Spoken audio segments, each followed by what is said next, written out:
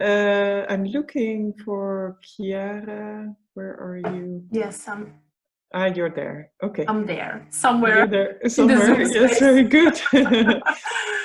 Chiara Piccoli, Sean already said, is a postdoctoral researcher working on the 3D reconstruction of houses in this project to focus more on the consumption side of the places where these artworks ended up. Chiara, the floor is yours. So share my screen with you.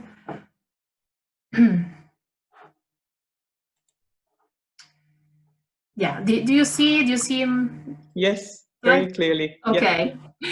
Okay, so hope you can hear me clearly. In this presentation, I will briefly show you some of the case studies I've been working on in this project. And while doing so, I'll mention also some of the purposes of the 3D models I'm making and the research questions they can help us to clarify. So first of all, I'd like to start with defining 3D reconstructions as a type of scientific visualization, which, to adopt an expression from Gordon and colleagues, acts as both as an interpretative and an expressive medium. So a 3D reconstruction, as I see it, is a virtual laboratory, a tool to work with, which allows us, for example, in this case, to visualize lost building phases and room functions, to materialize household objects in their spatial context, to expose associations of objects and correlation of objects and locations, to investigate visual prominence of objects in relation to others and agency in domestic interiors, and also to structure heterogeneous data. And Hugo, in the next presentation, will talk more about this aspect of how we can make the behind the scene of the data collection and reconstruction process more visible and more available. So I will show you some examples of these applications of 3D to historical research with the work I'm doing on the house of Peter de Graaf and Jacoba Bicker on the Herengraaf 573. Xuan focused on her presentation, in fact, on the production of cultural industries, and here instead I will assume the consumption side, focusing on paintings and books and where they were kept in this house. First of all, why this case study? It's because of the unique combination of data available, which consists of the probate inventory that was drawn up upon de Graaf's death, his diaries, which he kept for over 40 years of his life, and which contain information on the construction works on his house, and moreover several other documents, archival documents that include, for example, the testaments of various family members, and also de Graaf's personal notes about his family history that offer complementary information. And also the building itself, which until a few months ago hosted the Museum of Bags and Purses, and which is now permanently closed. Despite having been heavily modified over the centuries, the building still helps us to derive the volumetric properties and internal arrangement of this original 17th century house.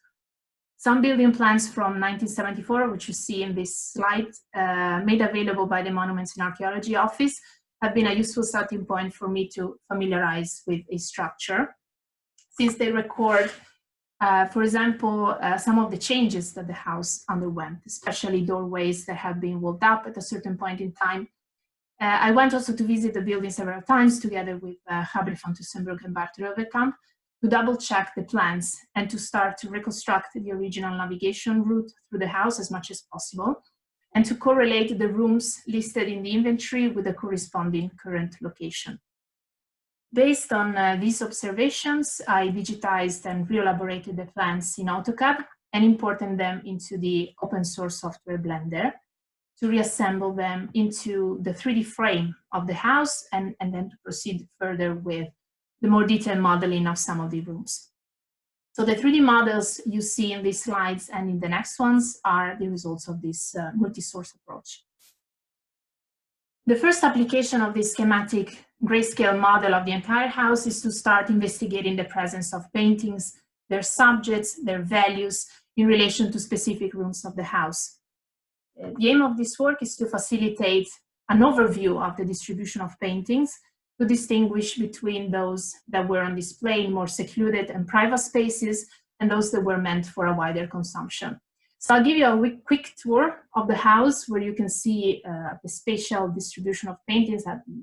It's still a work in progress, so what I'm showing you are provisional results, and we don't have a lot of time to go into much detail, but what I would like you to notice, okay, Xuan also mentioned this, that of course there are room names that clearly indicate the position. Sorry? I thought that somebody was talking. Yeah, I think someone had the mic open. Oh, okay, please sorry, keep your mic closed.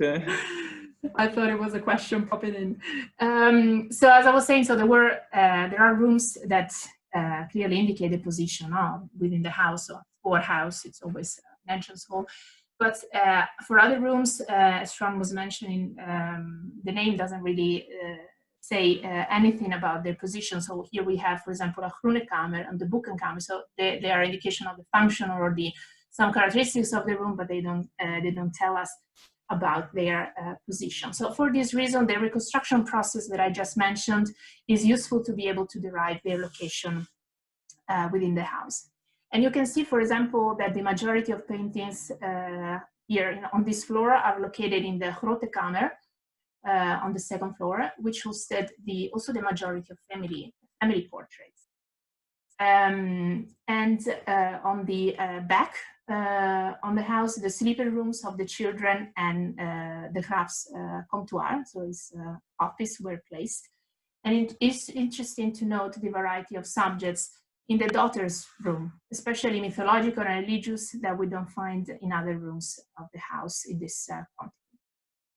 On the first floor, paintings were much less, but in the side room to the left of the entrance hall, this Kleine Zeidelkammer, all the paintings had as subject male members of the Graaf and the Beeker family. So it was really a representational room. The next example that I like to talk about is in fact, the entrance hall, the forehouse. This is one of the rooms that has undergone the biggest changes. So in the course of the 19th century, the entrance door was replaced by a window. So this room has been turned into a sort of empty room, giving access to two larger side rooms. The fact that this space's original functions is nowadays completely unrecognizable made it an interesting case study to evaluate the role of 3D modeling in investigating its past appearance. And also in this case, the integration of the information from the diaries, the inventory, and the physical space was very important to have a better idea of, for example, the floor and the wall decoration, the pieces of furniture and objects in this room. The scale model made it possible to experiment with various arrangements of the floor tiles to test which one would allow the laying out of the number of tiles that the Graaf actually recorded in his almanacs. And the most likely pattern, which matches this number, mirrors the structure of the coppered ceiling as it was in fashion at the time. And it also allows the most efficient laying down of tiles. Moreover, the creation of the 3D model proved to be useful also to understand which objects visitors would have seen when entering the house. So the reconstruction hypothesis that you see on the right of this slide depicts the view that they would have had after crossing the main entrance door. So they would have had in front of them the map of the family possessions in South Bosbroek, if you can see my mouse, and the map of the beloved city of Amsterdam, together with the two portraits which I have identified as the portraits depicting the Graaf's parents. My last example is the reconstruction. Oh, sorry, no, I lost one bit. So the reconstruction process has also shown that the two tables that are listed, you see a couple of objects apart, were in fact positioned facing each other along the two longer sides of the room. So this translation of textual information into this three-dimensional representation enables the detection of spatial correlations, prominence, strategic placement of objects, which were not evident from the textual sources alone. And I conclude with my last example, which is the reconstruction of the Boekenkamer, the private library of Peter de Graaf. on the second floor, so it was on top of the forehouse.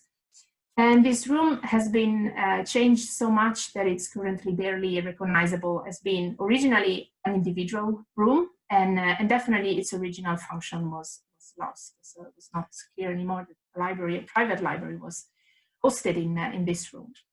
As is usually the case, the creation of a 3D reconstruction becomes the occasion to revisit old data with a fresh look, or like in this case, to collect new data. And the creation of this 3D reconstruction has in fact prompted us to go further into researching and to investigate which books were kept in here, to reconstruct not only the physical space, like you see in this image, but also the actual content of this book collection. And this research included the in-depth analysis of the Graaf's book auction catalog, which I could find among the Brill book sales catalog online, and which listed more than 2,000 books. And also an in-depth investigation of his diaries and the references of books in the diaries of the Graaf. So for those who are interested in this topic, now that the time is very limited to go into detail here, but I've linked here on this slide a blog post, the link to a blog post that I wrote for a website, where I talk about a bit more about this research and also about some of the modeling techniques I've used. So to conclude, despite the richness of the data set on the Graaf's house, there are many things that are still uncertain. And in any case, these reconstructions that I showed you visualize my interpretation of the data. Moreover, there are objects that are used as a proxy for the objects listed in the inventory when the original has not survived or I haven't been able to identify it. So all these choices and interpretations need to be accounted for. And in fact, one of the core aspects of this research and of our project in general is to express also this uncertainty and expose the behind-the-scene process of data collection and interpretation that led to the reconstructions that I'm making. So as I mentioned before, Hugo will talk more in this presentation about it, and then it will show you also how with the web viewer it's possible to go behind the scene a little bit and look also at the data that lay behind this reconstruction. And really to conclude, so because I know that there are some students also following us, so they are going to watch this recording, I added this slide with the names of the software that I'm using and also the links to download them. They are all free and open source, so I'm really trying to use, apart from AutoCAD, but the other software that I'm using are all free and open source, so there is a very low threshold to download them and try them if you're interested in working with these tools yourself. So I thank you for listening. Thank you, Chiara. Very impressive work. I have a few questions. I have to look where my chat is now. So the first question from Jonathan. Could you provide some more detail on the grisaille in the forehouse? Are these placeholder images or for a lost set? Yeah, so the grisaille are, yeah, it's a very interesting element in the forehouse. There are no, let's say, yeah, remains in place. So the forehouse, it's completely been remodeled over the course of the generation, I think already by the Graaf's grandchild.